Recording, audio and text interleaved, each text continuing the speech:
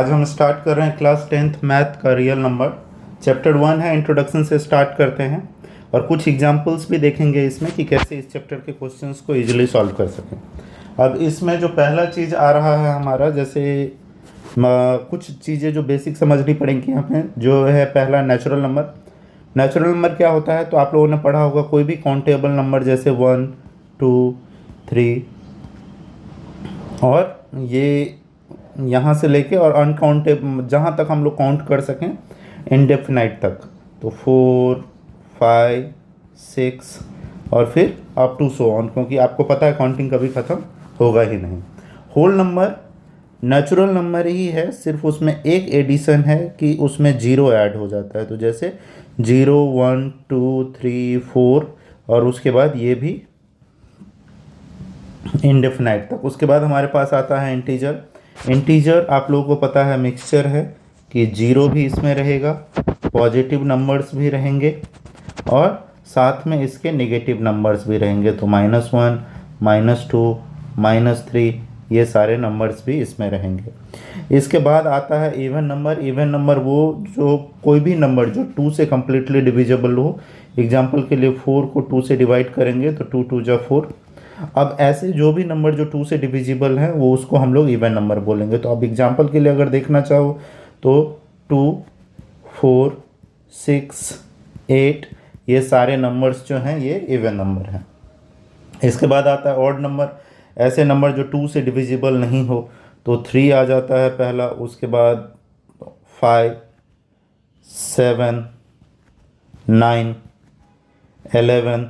तो ऐसे सारे नंबर्स जो 2 से कम्प्लीटली डिविजिबल नहीं हो, आप लोग डेसिमल में नहीं देखना है आपको, जो कम्प्लीटली अगर डिविजिबल नहीं है 2 से तो वो ऑड नंबर में आता है। फिर आता है प्राइम नंबर।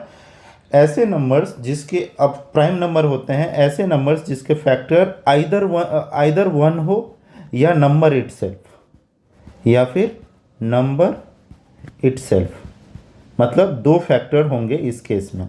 अब एग्जांपल के लिए अगर देखोगे तो 2 को देख सकते हो। अब 2 के कौन कौन फैक्टर्स हैं, तो इसके अगर 2 के फैक्टर को देखने के लिए अगर हम जाएंगे तो इसके फैक्टर्स जो हैं 1 है, 2 है, फिर 3 हो सकता है। इस केस में इसके फैक्टर कौन कौन है, 1 है और 3 है। 4 नहीं होगा क्योंकि 4 का फैक्टर जो है वो 1, 2 एंड 4 हो जाता है। उसके बाद 5 आ सकता है, तो 1 एंड 5, बट इस केस में 7 आ सकता है एग्जाम्पल के लिए, तो 2, 3 एग्जाम्पल्स अगर इसके हम लिखना चाहें तो 2, 3, 5, 7। 9 नहीं होगा क्योंकि 9 जो है वो 3 से भी डिविजिबल है, तो 2, 3, 5, 7। इसके अलावा 11 हो गया, 12 हो गया, 12 नहीं 13 हो गया। ऐसे नंबर्स जो हैं ये प्राइम नंबर कहलाते हैं। मतलब सीधा कि दो फैक्टर जिसके हो, एक तो 1 सबका फैक्टर होता है और दूसरा जिस नंबर को हम डिवाइड कर रहे हैं वही नंबर उसका फैक्टर होगा। उसके बाद आता है कंपोजिट नंबर की बारी। तो कंपोजिट नंबर ऐसे नंबर्स जिसके फैक्टर्स मोर देन 2 हो, मतलब 2 से ज़्यादा नंबर अगर उसका फैक्टर है, मोर देन 2 फैक्टर्स, ठीक है। अब एग्जांपल के लिए अगर देखोगे तो 4 को अगर डिवाइड करें तो 4 1 से, अब देख लो यहाँ पे 2 2 जा 4, ठीक है, 2 1 जा 2। तो 4 के अगर फैक्टर्स को ढूंढने के लिए जाएं हम लोग तो 1 हो जाएगा, 2 एंड 4, 3 फैक्टर हो गए, मतलब 2 से ज़्यादा फैक्टर हो गए तो 4 है। इसके बाद 6 है इसका एग्जाम्पल, 8 है, 9 है, 10 है। ये सारे जो है ये प्राइम कंपोजिट नंबर के एग्जाम्पल्स हैं। इसके अलावा रेशनल नंबर। रेशनल नंबर वो ऐसे नंबर्स जिसको हम लोग a/b के फॉर्म में लिख सकें, जहाँ पे a जो है इसको हम लोग न्यूमरेटर बोलते हैं, a न्यूमरेटर है हमारा, और b को आप लोगों ने पहले भी पढ़ा होगा कि b को बोला जाता है डिनोमिनेटर। ओके, अब यहाँ पे एक कंडीशन है कि a/b तो ठीक है, but b should not be is equal to 0। मतलब क्या कि डिनोमिनेटर जो है हमारा वो 0 नहीं होना चाहिए। मतलब अब एग्जांपल लिखने के लिए अगर जाएं तो 1/2, 2/1, 3/3 जो भी मन में आए लिख सकते हैं। 0/1 लिख सकते हैं, ये रेशनल नंबर है। बट अगर 1/0 की बात आएगी तो 1/0 जो है वो रेशनल नंबर नहीं है। रीजन कि यहाँ पे हमें कंडीशन दिया रहता है कि डिनोमिनेटर जो है हमारा किसी भी केस में 0 नहीं होना चाहिए। इसके बाद हमारे पास नेक्स्ट है इरेशनल नंबर।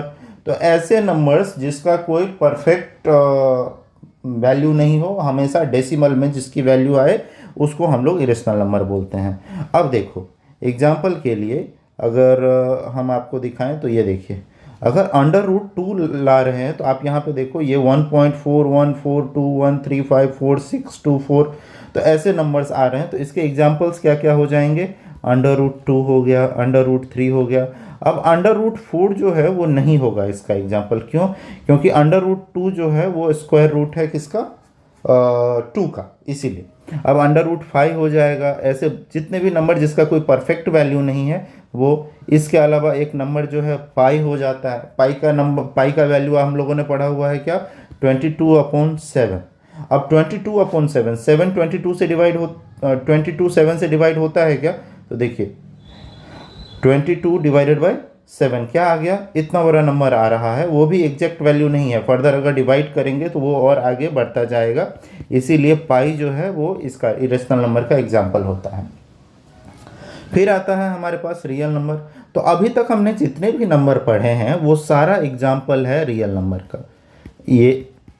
ये चाहे नेचुरल नंबर हमने पढ़ा, हमने होल नंबर पढ़ा, हमने प्राइम नंबर पढ़ा, हमने इवन नंबर पढ़ा, हमने ऑड नंबर पढ़ा, ऑड नंबर के बाद हम लोगों ने रेशनल नंबर पढ़ा, इरेशनल नंबर पढ़ा। जितने भी नंबर हमने पढ़े हैं वो सारे एग्जाम्पल हैं किसके, रियल नंबर के। ठीक, अब इसके बाद हमारा काम शुरू होता है यहाँ पे फंडामेंटल थ्योरम ऑफ अर्थमेटिक। इसमें करना हमें कुछ नहीं है, हमें सीधा सीधा जो है वो फैक्टराइज करना होता है। प्राइम फैक्टराइजेशन आप सीधा सीधा समझ लो, इसका दूसरा नाम आप प्राइम फैक्टराइजेशन भी दे सकते हो। ठीक है, कि प्राइम फैक्टराइजेशन करके नंबर को चेक करना होता है। यहाँ पे पहला नंबर जो हमें दिया हुआ है वो दिया हुआ है 1092। अब 1092 का प्राइम फैक्टराइजेशन करके हमें दिखाना है। तो 1092 को अगर हम 2 से डिवाइड करें तो आता है 546। 546 भी 2 से डिवाइड हो जाएगा तो 273। अब क्योंकि इसका यूनिट डिजिट 3 है तो ये तो 2 से डिवाइड होगा नहीं, तो 3 से हम लोग डिवाइड करके चेक करते हैं तो 91। अगर किसी को प्राइम फैक्टराइजेशन में तकलीफ हो तो आप मुझे कमेंट कीजिए, मैं उसके लिए एक अलग से वीडियो बना दूंगा। 91 को 3 से डिवाइड करेंगे तो 27, 27 को 3 से डिवाइड करेंगे तो 9, 9 को 3 से डिवाइड करेंगे तो 3 एंड 3 को 3 से डिवाइड करेंगे तो 1। तो 1092 का प्राइम फैक्टर्स अगर हमें लिखने के लिए बोले तो हम क्या लिख सकते हैं, 2 इंटू 2, ये दोनों 2, उसके बाद 3 into 3 into 3 into 3 into 3, 5 times 3 into 3 into 3 into 3 into 3 into 3। ठीक है, और शॉर्ट अगर करना चाहें तो ये हो जाएगा 2 का square into 3 to the power 5। अब प्राइम फैक्टराइजेशन के अलावा जो इस चैप्टर में हमें पढ़ना होता है वो है हमारे पास एलसीएम और एचसीएफ। एलसीएम और एचसीएफ दोनों करने के लिए हमें समझ होनी चाहिए किसकी, प्राइम फैक्टराइजेशन की, जो कि अभी हम लोगों ने ऊपर में किया है। अब यहाँ पे एलसीएम और एचसीएफ फाइंड करने के लिए बोल रहा है हमें 3 नंबर्स के, 90, 420 एंड 525। 90 को पहले 90 को प्राइम फैक्टराइज कर लेते हैं अपन। तो 90 को अगर 2 से डिवाइड करें तो 45 होगा। 45 को 2 से डिवाइड कर नहीं सकते क्योंकि यूनिट डिजिट इसका 5 है, तो 3 से डिवाइड करते हैं तो 15 3 जा 45। उसके बाद 3 से 15 को भी डिवाइड कर सकते हैं, 3 5 जा 15 एंड 5 1 जा 5।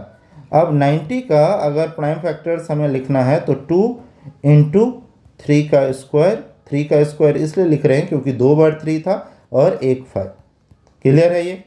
उसके बाद नेक्स्ट नंबर जो हमें दिया हुआ है दैट इज 420। 420 का अगर हम डिवाइड करने 420 का प्राइम फैक्टराइजेशन निकालेंगे, 2 से स्टार्ट करेंगे तो ये आता है 210। 2 से 420 को डिवाइड करने पे 210, 2 से 210 को डिवाइड करने पे 105। अब 105 अगेन 2 से तो डिवाइड होगा नहीं तो 3 से करेंगे, 3 35 जा, ठीक है, और उसके बाद 5 7 जा 35 एंड 7 1 जा 7। तो 420 के अगर हमें प्राइम फैक्टर्स लिखने हैं तो 2 का स्क्वायर, क्योंकि 2 2 टाइम्स है, 2 का स्क्वायर इंटू 3 इंटू 5 इंटू 7। उसके बाद हमारे पास जो नेक्स्ट नंबर है दैट इज 525। 525 को अब हम डिवाइड करने की कोशिश करेंगे। अब कोशिश क्या करेंगे, एक ही नंबर ही है हमारे पास, 5 से ही डिवाइड होगा, 105। अब अगर आप लोगों को समझ में नहीं आ रहा है कि भैया ये 5 से ही क्यों डिवाइड होगा, तो इसके लिए आप लोगों को डिविजिबिलिटी टेस्ट जो 7th या 8th में है वो एक बार पढ़ना पड़ेगा। अगर उसमें भी कुछ डाउट हो तो आप मुझे कमेंट कीजिए, मैं उसके लिए एक अलग से वीडियो बना दूंगा।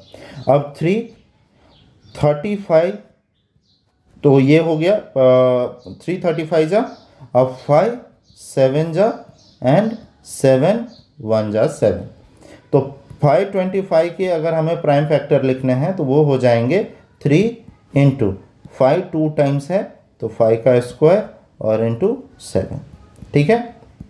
अब देखो एलसीएम में क्या होता है, तो एलसीएम का रूल ये है कि भैया जो कॉमन है वो तो ठीक है, तो यहाँ पे हम लोग लिख लेंगे LCM of 90 420 and 525 is equal to, तो जो कॉमन है वो तो ठीक है, और जो कॉमन है उसका हाईएस्ट पावर, तो यहाँ पे 2 है, यहाँ पे 2 है, बट इसमें 2 नहीं है, बट हाईएस्ट पावर वाला 2 कौन सा है, तो 2 का स्क्वायर, तो ये ले लेंगे। उसके बाद 3 में देखने आओ तो 3 3 3, हाईएस्ट पावर वाला कौन सा है, तो 3 का स्क्वायर इंटू 3 का स्क्वायर। उसके बाद 5 5 5 5, तो 5 का हाईएस्ट पावर वाला है 5 का स्क्वायर। अब ये यहाँ से तो हो गया, और 7 हर जगह एक ही बार है तो इंटू 7। ठीक है। हम इन सारे नंबर्स को हम मल्टीप्लाई कर लेंगे और जो भी रिजल्ट आया हमारा वो हो जाएगा हमारा एलसीएम। तो 2 का स्क्वायर कितना होता है 4, 3 का स्क्वायर होता है 9, 5 का स्क्वायर होता है 25 और उसके बाद 7। मल्टीप्लाई कीजिए तो 4 इंटू 9 4 इंटू 9 इंटू 25 इंटू 7 कितना आ गया 6300।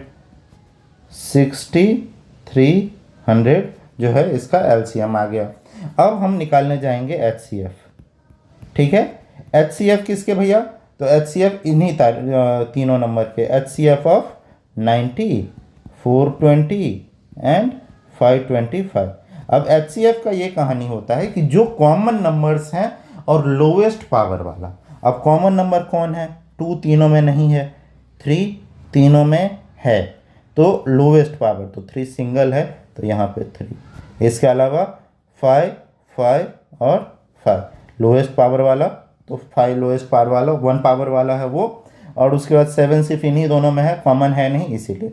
तो इनका एचसीएफ क्या हो जाएगा, इनका एचसीएफ हो जाएगा 15 और एलसीएम क्या हो जाएगा 6300। आई होप कि आप लोगों को ये समझ में आया होगा।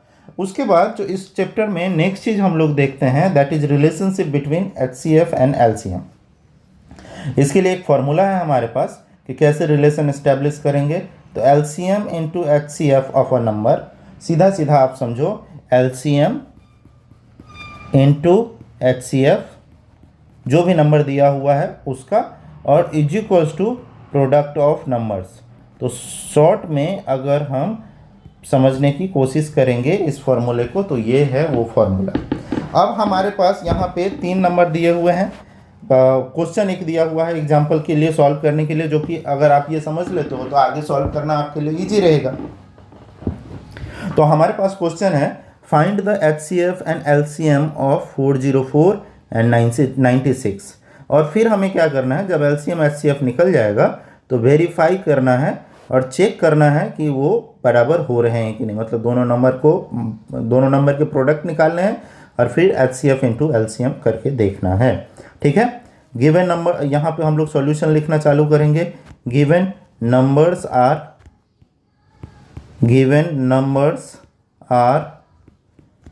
404 एंड 96। तो 404 और 96 जो है वो हमारे 2 नंबर हैं। अब 404 का प्राइम फैक्टराइजेशन कर लेते हैं। तो 404 को अगर हम 2 से डिवाइड करें तो ये हो जाएगा 202। 404 divided by 2 is equal to 202। अब 202 को 2 से डिवाइड करेंगे तो ये हो जाएगा हमारा कितना 101।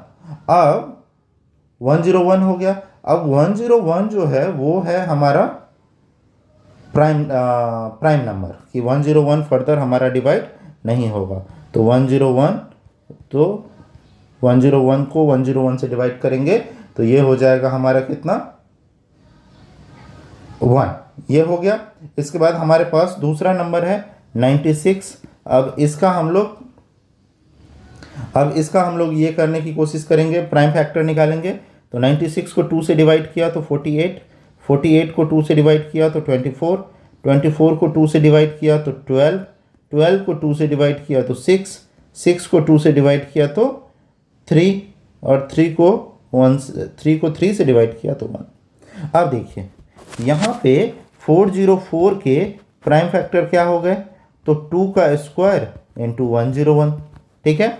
और 96 के प्राइम फैक्टर क्या हो गए, तो ये हो गया 1 2 3 4 5, तो 2 का पावर 5 इंटू 3।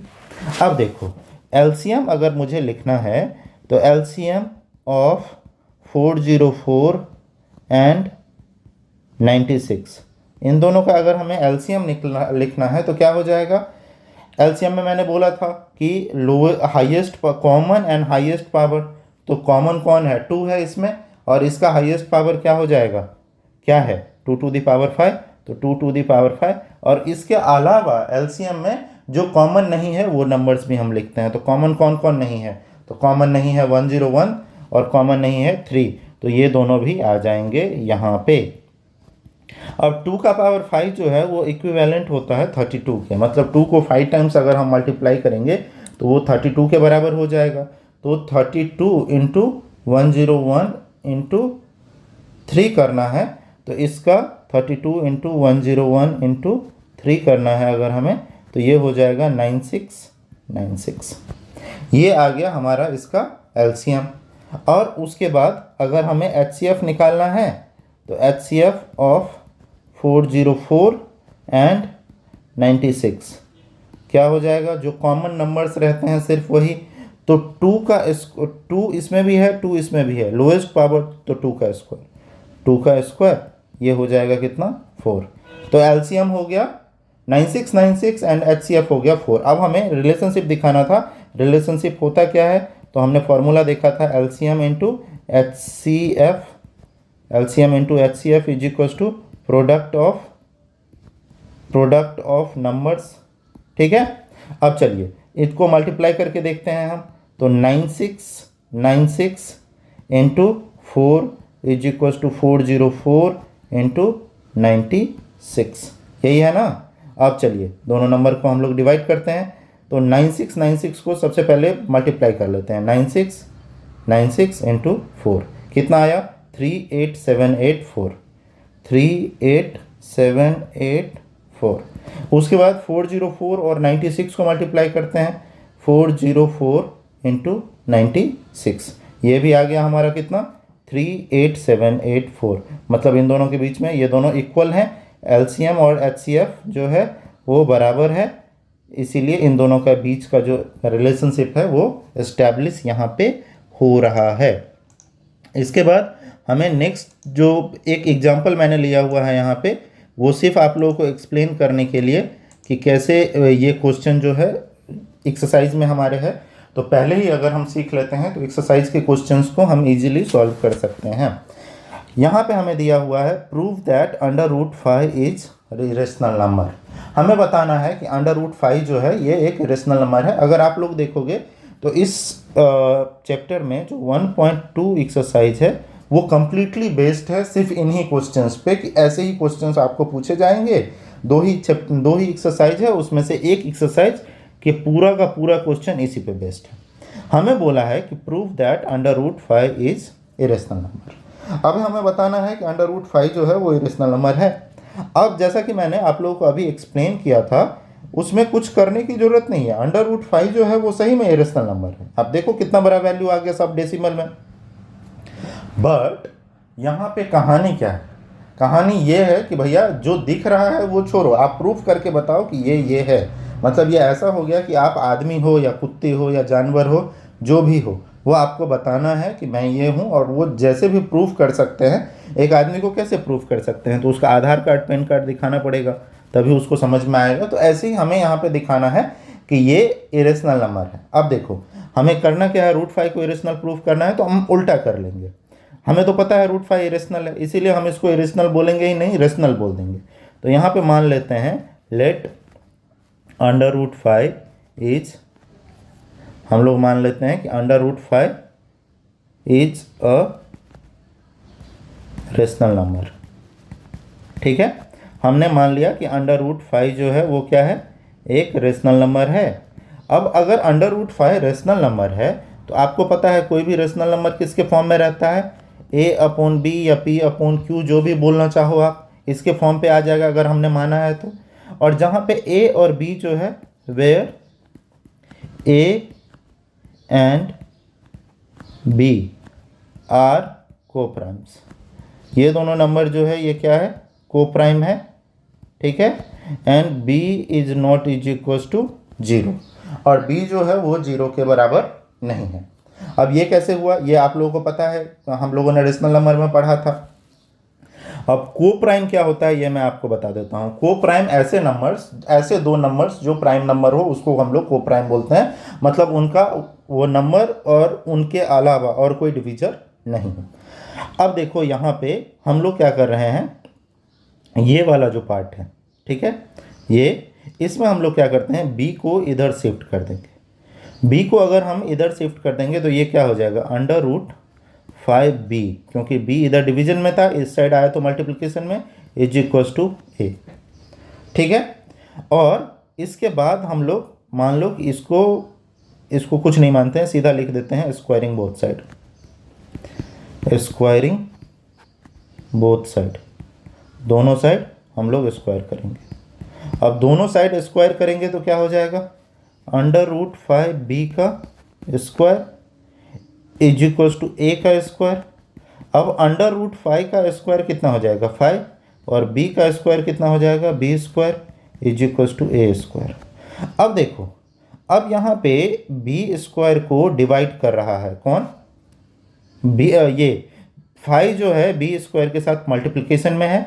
इस 5 को अगर हम इस साइड शिफ्ट करें तो किस चीज़ में आ जाएगा, डिवीजन में। मतलब वो क्या कर रहा है, a स्क्वायर को डिवाइड कर रहा है, वही हम लिख देंगे। इसको हम अपना इक्वेशन 1 मान लेते हैं, और यहाँ पे हम लिख देंगे कि सिंस 5 डिवाइड्स a स्क्वायर, अगर किसी नंबर के स्क्वायर को कोई नंबर डिवाइड कर रहा है तो उस नंबर को भी वो डिवाइड करेगा। So it will divide a2, मतलब अगर ये a स्क्वायर को 5 डिवाइड कर रहा है तो a को भी जो है वो डिवाइड करेगा। अब इसको यहीं पे छोड़ देते हैं, और यहाँ पे हम लोग मान लेते हैं let a is equal to 5c। ये हमने मान लिया कि a जो है वो 5c के बराबर है, इतना हमने मान लिया है। अब यहाँ पे भी इसको भी स्क्वायर करेंगे, यहाँ पे भी स्क्वायरिंग बोथ साइड। ठीक है, अब अगर इसको भी हम लोग डिवाइड स्क्वायर करें तो ये कितना हो जाएगा, a square is equal to 5c square, right. Again अगर मैं 5 को इधर मूव करूं तो हमें पता चला क्या हो रहा है, मूव करने के पहले देख लीजिए, यहाँ पे a स्क्वायर बराबर था किसके, 5c स्क्वायर के। नहीं, यहाँ पे कुछ गड़बड़ है, ये देखिए a is equal to 5c है, तो a का square is equal to 5c का स्क्वायर, तो कितना हो जाएगा, a square is equal to 5 का स्क्वायर 25 एंड c का स्क्वायर c स्क्वायर। ओके, तो यहाँ पे हमें मिल गया a square is equal to 25c square. अब यहाँ पे a स्क्वायर जो है ये किसके बराबर था, 5b स्क्वायर के, तो लिख देता हूँ मैं a स्क्वायर की जगह पे 5b स्क्वायर, और ये ऐसा समझ लो कि दोनों का LHS बराबर है तो RHS भी बराबर होगा। और ये कहाँ से आया भाई, तो लिख दो फ्रॉम इक्वेशन 1 क्या था, a square is equal to 5b², वही हम लोगों ने यहाँ पे पुट कर दिया है, सब्सटीट्यूट कर दिया है। तो b² इज इक्वल टू क्या हो जाएगा 25c², और ये 5 को मैं इस साइड उठा के लाता हूँ। तो आप लोगों ने पढ़ा होगा साइड चेंज तो साइन चेंज, 5 5 जा 25, तो ये हो गया b² is equal to 5c²। अब 5 को अगर मैं इधर मूव करके लाऊं तो 5 इधर c² के साथ मल्टीप्लिकेशन में है, इस साइड आएगा तो किस चीज़ में आ जाएगा, डिवीजन में। तो अब देखो इसका मतलब क्या कि यहाँ पे 5 जो है वो a² को डिवाइड कर रहा था, और यहाँ पे 5 किसको डिवाइड कर रहा है, b² को। अब यहाँ पे वही फिर से again same statement, since 5 divides, क्योंकि पाई जो है वो फाइव जो है वो डिवाइड कर रहा है किसको, b² को। So it will divide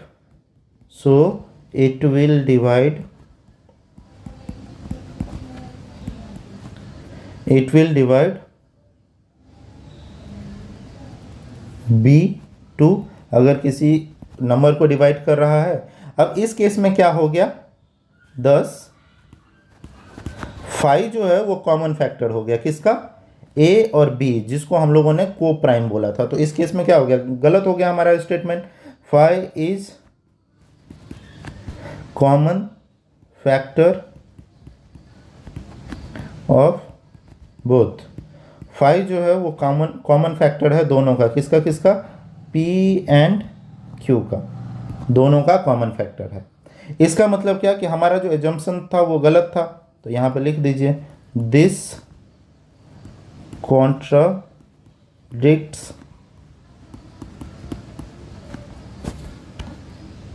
our assumption. Contradict का मतलब होता है कि जो हमने माना था वो गलत था, कि हमारा एजम्पशन जो है वो गलत था। और क्या एज्यूम किया था हमने, दैट √5 इज रेशनल। अब कोई चीज़ हमने माना था, अगर वो नहीं हुआ तो क्या होगा, उसका अपोजिट होगा। तो अपोजिट में क्या, अगर ये रेशनल नहीं है तो क्या होगा, हेंस √5 इज इरेशनल। अगर रेशनल नहीं है तो इरेशनल होगा। ठीक है, ये था ये क्वेश्चन। आई होप कि आप लोगों को समझ में आया होगा। ये बहुत इंपॉर्टेंट है। एवरी ईयर से सिमिलर एक क्वेश्चन तो आप समझ लो कि रहेगा ही रहेगा। अब वो किसी भी मार्क्स स्कीम के लिए रहे, बट ये फिक्स है कि ये रहेगा ही रहेगा। अब इसके अलावा ये हो गया, उसके बाद हमें जो एक और क्वेश्चन का सामना करना पड़ेगा वो ये क्वेश्चन है। मतलब ऐसे सिमिलर क्वेश्चन का शायद हमें सामना करना पड़े एक्सरसाइज में। हमें बोला है check whether 6n can end with digit 0 for any natural number n। मतलब किसी नेचुरल नंबर n के लिए ये 6n 0 होगा क्या, तो हम लोग देख लेते हैं। सबसे पहले 6n का अगर हमें फैक्टर निकालना हो तो क्या हो जाएगा, 6n जो है तो आपको पता है 2 × 3, 2 3 जा 6 होता है, और पावर में n था तो n रख दीजिए, और फिर n को भी सेपरेट कर दीजिए, तो 2n × 3 है। ठीक है, ये फैक्टर हो गया। अब प्राइम फैक्टराइजेशन जो 6n का है वो क्या हो गया, 2 और 3। तो यहाँ पे लिख दीजिए कि ओनली प्राइम फैक्टराइजेशन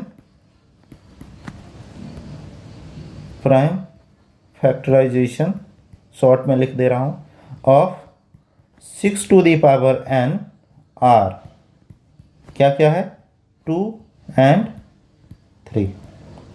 इसका जो प्राइम फैक्टराइजेशन है वो कौन कौन से नंबर है, 2 नंबर है, 2 और 3। अब किसी भी नंबर को, अब यहाँ पे क्वेश्चन आता है, किसी भी नंबर को 0 के साथ एंड करने के लिए उसका फैक्टर जो है वो क्या होने चाहिए, 2 और 5। मतलब 2 और 5 होने ही चाहिए, इसके अलावा और भी कोई होगा तो कोई प्रॉब्लम नहीं है, वो भी चलेगा, बट 2 और 5 तो होना ही चाहिए उसका फैक्टर। अभी मान लो कि इसी में अगर हम कर दें कि 2 × 5 × 6, तो आप देखो 2 5 जा 10, 6 जा 60, 0 से एंड हुआ। बट इसका मतलब क्या कि 2 और 5 उसको चाहिए ही चाहिए, अगर कोई भी नंबर 0 से एंड होना चाहता है तो। ठीक है, तो यहाँ पे वही चीज़ लिख देंगे। और इसके फैक्टर में 2 तो है, बट क्या नहीं है, 5 नहीं है, तो वो हमें यहाँ पे लिखना पड़ेगा। यहाँ पे लिखिए 6 to the power n for any natural number n, any natural number n ends with digit 0, then क्या होना चाहिए इसके पास? 5 की बात किया था अभी हमने. It must contain the prime number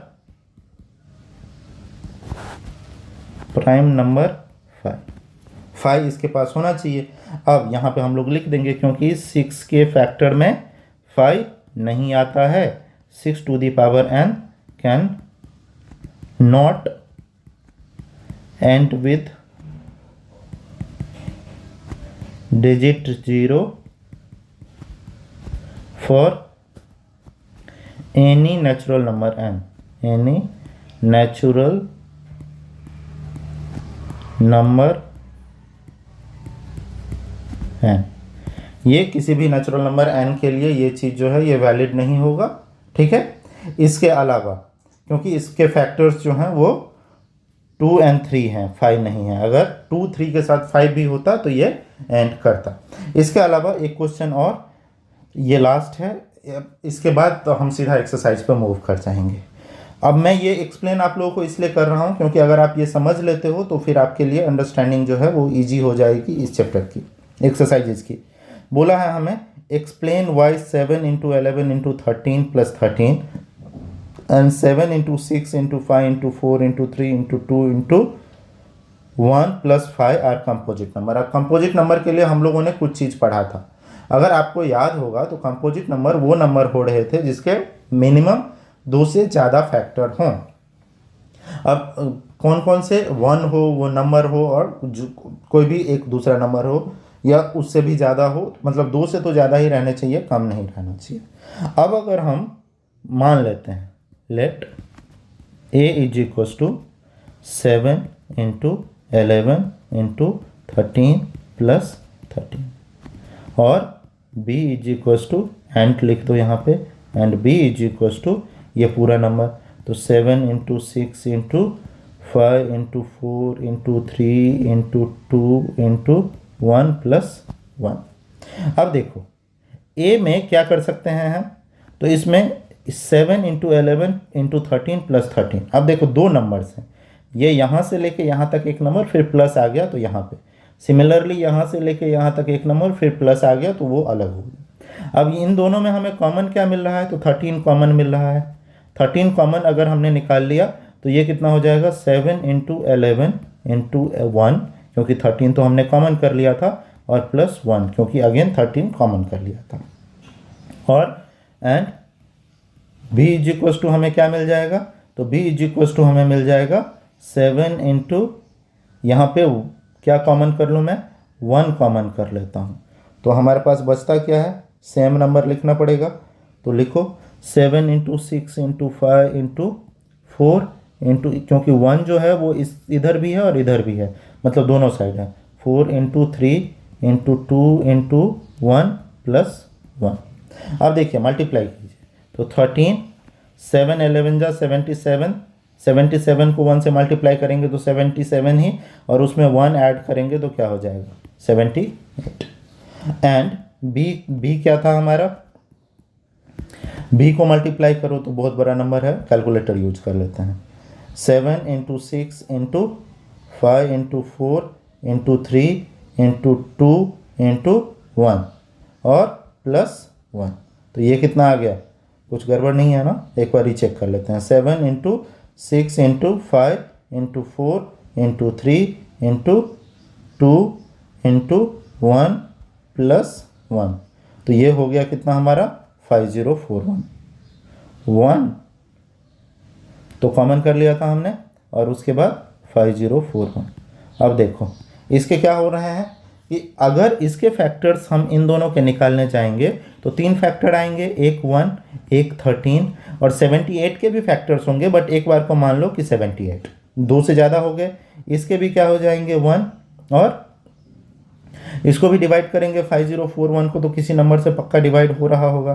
3 से कर रहे हैं, नहीं हुआ। 7, 9, 11, 13, 17, 19, 21, 23, 27, या मान लो कि दोनों में से किसी एक का जो फैक्टर जो है वो निकला ही है, तो इस केस में क्या हो जाएंगे, हम लिख देंगे यहाँ पे कि A एंड B।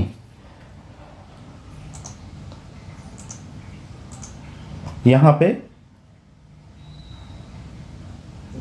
हाँ, ये हम लोगों ने, हमें यहाँ पे 1 नहीं था, 5 था, तो 5 कॉमन करना था, वही हमारा मिस्टेक हो रहा है, इसीलिए हमारे ऐसे रिजल्ट आ रहे हैं। अब अगर हम 5 को करेंगे कॉमन, तो यहाँ से ये जो 5 है ये रिमूव हो जाएगा, और यहाँ से भी ये 5 रिमूव होके 1 हो जाएगा। अब देखो, अब इसका मल्टीप्लिकेशन करो, तो 7 × 6, 5 तो लेंगे नहीं क्योंकि कॉमन कर लिया था। 4 × 3 × 2 × 1, 1008, और +1 बचेगा ना, तो 1009, तो ये हो जाएगा 5 एंड 1009। अब यहाँ पे भी फैक्टर्स देखोगे इसके, तो 1 होगा ही कम से कम, 5 होगा ही, और 1009 के फर्दर फैक्टर्स होंगे, बट मान लो कि 1009, तो यहाँ पे लिख दो A and B both have more than 2 factors,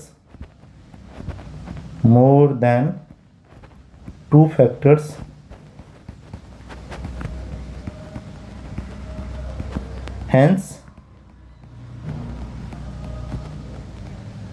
the given numbers are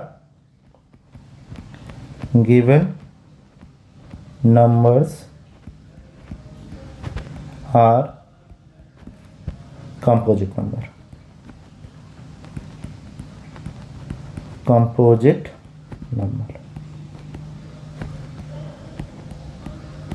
I hope कि ये आप लोगों को समझ में आया होगा।